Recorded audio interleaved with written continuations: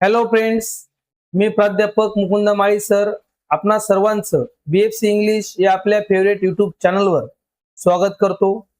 आपल्या आजच्या व्हिडिओच्या माध्यमातून आपण इयत्ता 6वीच्या टेक्स्टबुक मधील lesson number 1.4 the people who protect nature या लेसनचे एक्सरसाइजचे क्वेश्चन्स अभ्यासणार आहोत। त्यासाठी हा व्हिडिओ शेवटपर्यंत नक्कीच अभ्यासा। मित्रांनो, व्हिडिओला सुरुवात करण्यापूर्वी व्हिडिओला पटापट लाईक करून शेअर करून द्या आणि आपण जर चॅनलवर नवीन असाल तर चॅनलला सबस्क्राइब करायला विसरू नका। चला तर सुरुवात करूया आपल्या आजच्या व्हिडिओला। The people who protect nature त्यातली मित्रांनो आपल्याला दिलेली पहिली ऍक्टिव्हिटी बघूया। डू यू नो, तुम्हाला माहिती आहे का? The names of the following pictures, खाली दिलेल्या चित्रांची नावं। मित्रांनो या ठिकाणी या चित्रांमध्ये आपल्याला झाडं दिसत आहेत, त्या झाडांची नावं आपल्याला या ठिकाणी सांगायची आहेत। तर पहिलं चित्र आहे बघा आपल्याला दिसणारं, हे आहे मित्रांनो बनियान ट्री म्हणजे वडाचे झाड। नंतर मित्रांनो हे आहे कॅक्टस म्हणजे निवडुंग, काटेरी वनस्पती मित्रांनो ही आहे। नंतर हे उंच वाढलेलं झाड मित्रांनो काय असतं आपलं कोकोनट ट्री, आणि आपलं ख्रिसमस ट्री म्हणून आपलं प्रसिद्ध असणारं झाड मित्रांनो आहे पाईन ट्री। या प्रकारे आपल्याला दिलेले हे चित्र आहेत मित्रांनो, पिक्चर्स आहेत, झाडांची नावे या प्रकारे आपण या ठिकाणी फिल करणार आहोत। यानंतर मित्रांनो आपला जो लेसन आहे the people who protect nature या लेसनला आपण अभ्यासलेला आहे। आता या लेसनशी संबंधित असणारे आपले जे ऍक्टिव्हिटीज मित्रांनो आपल्याला दिलेल्या आहेत, चला तर त्यांना संपूर्ण एक्सप्लेनेशन विथ मराठी आपण समजून घेऊया। जाऊया आपल्या पुढच्या प्रश्नाकडे। Question number C, read the text and complete the following sentences. मित्रांनो हा लेसन वाचल्यानंतर आता आपल्याला हा पुढील प्रश्न पूर्ण करायचा आहे, वाक्य पूर्ण करायचे आहेत। फिल इन द ब्लँकचा हा मित्रांनो आपला सोपा प्रश्न आहे बघा। Forest gives us fresh air, clean water. तर निसर्ग म्हणजे आपला जंगल आपल्याला काय देतं? फ्रेश एअर देत असतं, शुद्ध हवा देतं, स्वच्छ पाणी देत असतं। आणि या ब्लँक प्लेस मध्ये आपल्याला लिहायचं बघा या ठिकाणी फूड अँड शेल्टर म्हणजे आपल्याला निवाराही देतं, आश्रय देतं आणि अन्नही देतं। तुलसी गोडा प्लांटेड मोर दॅन, तुलसी गोडा यांनी 30,000 पेक्षा जास्त सेपलिंग्स म्हणजे बघा रोपटी मित्रांनो लावलेली आहेत, मोर दॅन 30,000 सेपलिंग्स। तुलसी गोडा वर्क विथ, तुलसी गोडा काम करतात, काम केलं त्यांनी कोणासोबत? With the forest department, forest department सोबत त्यांनी काम केलं। Check dams and trenches help to store, बघा जे डॅम्स मित्रांनो चेक डॅम्स आहेत किंवा जे खंदक खोदले जातात त्यांचेच खोदले जातात, ते मदत करतात स्टोअर करण्यासाठी। काय स्टोअर करतात? तर रेन वॉटर, पावसाचं पाणी स्टोअर करण्यासाठी मदत करतात। राईबाई सोमा पोपेरे इनकरेज फार्मर्स, बघा राईबाई सोमा पोपेरे यांनी शेतकऱ्यांना इनकरेज केलं कशासाठी? टू ग्रो लोकल क्रॉप्स, जे आपले लोकल क्रॉप्स आहेत, नेटिव्ह क्रॉप्स आहेत, त्यांना शेतकऱ्यांनी लावावं यासाठी त्यांनी प्रोत्साहन दिलं। या प्रकारे या रिकाम्या जागा आपल्याला या क्वेश्चन मध्ये मित्रांनो कंप्लीट करायचं आहे। Next question, question number D, complete the following table. या ठिकाणी आपल्याला हा दिलेला टेबल मित्रांनो पूर्ण करूया। आपण जे लेसन मध्ये अभ्यासलेत बघा 3 व्यक्ती जे आपल्यासाठी महत्वपूर्ण असं त्यांनी निसर्गासाठी आणि समाजासाठी कार्य केलेलं आहे, तुलसी गोडा, चैत्राम पवार आणि राईबाई पोपेरे।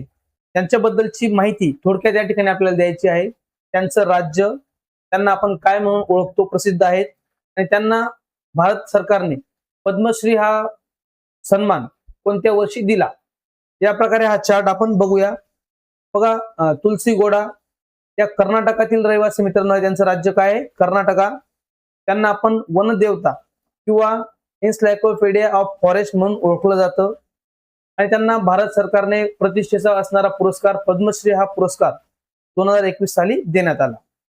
चैत्राम पवार हे महाराष्ट्र राज्याचे रहिवासी आहेत आपल्या, ज्यांना वनबंधू किंवा वॉटर वॉरियर म्हणून ओळखलं जातं। त्यांना 2025 या वर्षी पद्मश्री पुरस्काराने सन्मानित करण्यात आलं। नंतर बघा राहीबाई पोपेरे हे आपल्या महाराष्ट्रातील रहिवासी आहेत, ज्यांना सीड मदर म्हणून ओळखलं जातं, आणि त्यांना 2020 या वर्षी भारत सरकारने प्रतिष्ठेचा असणारा पद्मश्री पुरस्काराने सन्मानित केलं त्यांच्या कार्याबद्दल। या प्रकारे या व्यक्तिमत्वांशी संबंधित असणारा हा चार्ट मित्रांनो आपण या ठिकाणी या प्रकारे कंप्लीट करणार आहोत। तर चला जाऊया पुढच्या प्रश्न। पुढचा प्रश्न मित्रांनो प्रश्न क्रमांक E, match the root words with the suitable prefix. One has been done for you. या ठिकाणी आपल्याला जे मूळ शब्द दिलेले आहेत, रूट वर्ड दिले आहेत, त्यांना योग्य ते प्रिफिक्स लावून आपल्याला शब्द मित्रांनो या ठिकाणी बनवायचा आहे. शब्द बघण्याच्या आधी चला पटापट व्हिडिओला लाईक करा सर्व विद्यार्थी मित्रांनी, आणि आपल्या मित्र मैत्रिणींपर्यंत नक्कीच आपल्या व्हिडिओला शेअर करा. आपण जर आपल्या चॅनलवर नवीन असाल तर सबस्क्राईब करायला विसरू नका. तर शब्द बघूया. बघा, स्टॉप हा शब्द आपल्याला या ठिकाणी दिला आहे. स्टॉप या शब्दाला नॉन हे प्रिफिक्स लावल्यानंतर आपल्याला शब्द मिळतो नॉन स्टॉप. तसं नो शब्दाला आपल्याला एक प्रिफिक्स लावायचं आहे बघा, अननोन. आपल्याला शब्द मिळेल मित्रांनो या ठिकाणी अननोन. नंतर प्रेझेंट. प्रेझेंटला आपण RE हे प्रिफिक्स लावल्यानंतर आपल्याला शब्द मिळतो रिप्रेझेंट. ऍडव्हान्टेज या शब्दाला ज्यावेळेस आपण डिस या शब्द प्रिफिक्स लावतो त्यावेळेस आपल्याला शब्द मिळतो डिसएडव्हान्टेज. पुढील शब्द आहे आपला पॉसिबल. पॉसिबल या शब्दाला हा आपण IM हे प्रिफिक्स लावू आणि आपल्याला शब्द मिळेल इम्पॉसिबल. त्यानंतर आता शेवटचा शब्द आहे आपला रेग्युलर. रेग्युलर या शब्दाला IR हे प्रिफिक्स लावल्यानंतर आपल्याला शब्द मिळतो इरेग्युलर. या प्रकारे मित्रांनो हे जे आपले रूट वर्ड्स आहेत त्यांना शब्दांच्या आधी लावले जाणारे जे प्रत्यय आहेत त्यांना म्हटलं जातं प्रिफिक्स, आणि त्याचबरोबर शब्दांच्या नंतर जे प्रत्यय लावले जातात त्यांना म्हणतात सफिक्स. सफिक्स आपण पुढे अभ्यासणार आहोत. ओके, तर चला जाऊया नेक्स्ट क्वेश्चन कडे. Question number F. Question number F मध्ये दिलेला फर्स्ट पार्ट बघूया. Look at the picture and read the sentences. पुढील चित्र बघा आणि बाजूला असणारी वाक्य वाचा. बघा मित्रांनो, या पहिल्या चित्रामध्ये एक आपल्याला मुलगा दिसतोय. This is a boy. हा मुलगा आहे. ही इज स्टडियस. हा मुलगा कसा आहे मित्रांनो, अभ्यासू आहे. तर बघा पहिल्या वाक्यामध्ये this is a boy. A boy हा आपल्याला दिसतोय, अ बॉय. आणि पुढील वाक्यामध्ये हाच मुलगा मित्रांनो याच्याबद्दल बोलला जात आहे. हा मुलगा कसा आहे, स्टडियस, म्हणजे अभ्यासू आहे. तर आपण अ बॉय इज स्टडियस असंही म्हणू शकतो, मुलगा अभ्यासू आहे. तर आपण अ बॉय इज स्टडियस किंवा द बॉय इज स्टडियस या प्रकारे न म्हणता आपण बॉय या शब्दाला रिप्लेस करतोय मित्रांनो ही या प्रोनाउनने. He is studious. तो स्टडियस आहे. या प्रकारे आपण हे सेंटेन्स या ठिकाणी घेतोय. म्हणजे कुठल्याही नावाला ज्यावेळेस आपण रिप्लेस करतो तर रिप्लेस करणारे जे शब्द आहेत त्यांना म्हटलं जातं बघा, लक्षात घ्या, प्रोनाउन. आणि ते त्या नावाच्या लिंगानुसार वचनानुसार ते बदलत असतं. या ठिकाणी मुलासाठी ही घेतलाय. तर पुढचं बघूया picture. This is a girl. ही मुलगी आहे. She is brave. ती कशी मित्रांनो, ब्रेव, शूर आहे. आता बघा गर्ल साठी या ठिकाणी रिप्लेस केलंय शी या शब्दाने. तर मुलगीसाठी शी या ठिकाणी मित्रांनो हे प्रोनाउन वापरलेलं आहे. This is a tree. हे झाड आहे. It is green. हे झाड कसं आहे मित्रांनो, ग्रीन आहे. तर अ ट्री साठी इट या शब्दाने, इट या प्रोनाउनने याला रिप्लेस केलेलं आहे. ते बघा लक्षात घ्या, इंग्लिशमध्ये किंवा कुठल्याही लँग्वेजमध्ये साधारणपणे जे नाऊन असतात, नाऊन ज्यावेळेस वाक्यात पुन्हा येतात नाऊनचं रिपिटेशन हे अवॉइड केलं जातं. आणि नाऊनच्या रिपिटेशनला टाळण्यासाठी त्याच्या जागेवर जो आपण शब्द वापरतो त्याला म्हणतात प्रोनाउन, म्हणजेच सर्वनाम. आता प्रोनाउन हे आपण नामाच्या जेंडरनुसार म्हणजे नामाच्या लिंगानुसार आणि वचनानुसार हे वापरत असतो. तर या ठिकाणी आपण जे सिंग्युलर नाऊन दिलेले आहेत त्यांच्या जेंडरनुसार प्रोनाउन ही, शी, इट किंवा हे वापरतो. बघा समजून घ्या. फर्स्ट जेंडर बघूया. मस्क्युलिन जेंडर म्हणजे पुलिंगी सर्वनाम, पुलिंगी. नंतर फेमिनिन जेंडर म्हणजे स्त्रीलिंगी, आणि न्यूट्रल जेंडर म्हणजे नपुंसकलिंगी. या प्रकारे 3 जेंडर या ठिकाणी आपल्याला दिलेले आहेत. तर बघा ज्यावेळेस पुलिंगी असेल म्हणजे पुरुषवाचक नाऊन असतील तर त्यांना आपण ही या शब्दाने रिप्लेस करतो. एक्झाम्पल बघा, बॉय असेल, फादर असतील किंवा किंग असेल. म्हणजे बघा हे पुरुषवाचक आहेत. मुलगा आहे, वडील आहे किंवा राजा हे शब्द मित्रांनो पुरुषवाचक आहेत. तर यांना रिप्लेस करण्यासाठी आपण त्यांच्या जागेवर ही हे प्रोनाउन वापरू. तर पुढील एक्झाम्पल, गर्ल, मदर, क्वीन, मुलगी, आई किंवा राणी यांच्यासाठी आपण शी हे प्रोनाउन वापरतो कारण ते फेमिनिन जेंडर आहेत, स्त्रीवाचक शब्द आहेत. तसंच बुक, टेबल, सिटी, फ्रूट यांना मित्रांनो आपण स्त्रीलिंगी किंवा पुलिंगी न म्हणता त्यांना नपुंसकलिंगी म्हटलं जातं. जे स्त्री नाही आणि पुरुषही नाही. म्हणजे काही वस्तू असतील, काही ठिकाणं असतील, फळं असतील, झाडं असतील त्यांच्या नावांना मित्रांनो आपण काय म्हणणार आहोत, न्यूट्रल जेंडर म्हणजे ते नपुंसकलिंगी आहेत. आणि यांना रिप्लेस करताना आपण इट हे सर्वनाम वापरत असतो. याला संबंधित आपल्याला पुढील मित्रांनो ऍक्टिव्हिटी दिली आहे. ऍक्टिव्हिटी नंबर 3 बघा F मध्ये असणारी. Write the correct pronoun for the given words. पुढील दिलेल्या नामांसाठी, पुढील दिलेल्या शब्दांसाठी योग्य ते प्रोनाउन वापरा. आता बघा किंग, किंग म्हणजे मित्रांनो एक व्यक्ती आहे, तर याच्यासाठी आपलं प्रोनाउन असेल ही. इट, बघा डॉल ही एक वस्तू आहे म्हणून इट. फ्लावर हे सुद्धा मित्रांनो स्त्री नाही किंवा पुरुष नाही म्हणून इट. नंतर बघा पेन, पेन साठी इट वापरू आपण प्रोनाउन. यश, यश हे एका मुलाचं नाव आहे, मग यश नुसार एक मुलगा म्हणजे मित्रांनो काय दाखवतो, तो पुरुष दाखवतो आहे म्हणून ही हे सर्वनाम वापरलं जाईल. सृष्टी एक मुलगी आहे आणि मुलीनुसार आपण या ठिकाणी शी हे सर्वनाम वापरणार आहोत.